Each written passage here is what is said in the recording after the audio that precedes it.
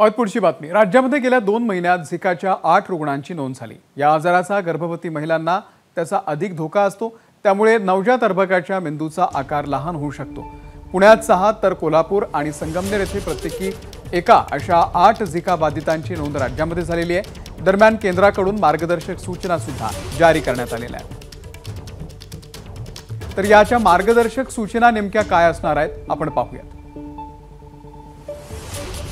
झिका बाधित गर्भवतींवरती लक्ष ठेवावं, त्यांची सतत तपासणी करण्याच्या सूचना आहेत। रुग्णालयांनी आपली संकुलं एडिस मुक्त ठेवण्यासाठी नोडल अधिकाऱ्याची नेमणूक करावी। राज्यांनी ठिकठिकाणी आरोग्य सुविधा बळकट कराव्या। रोगवाहक सूक्ष्मजीव प्रतिबंधक उपक्रम अधिक जास्त प्रमाणात राबवावे।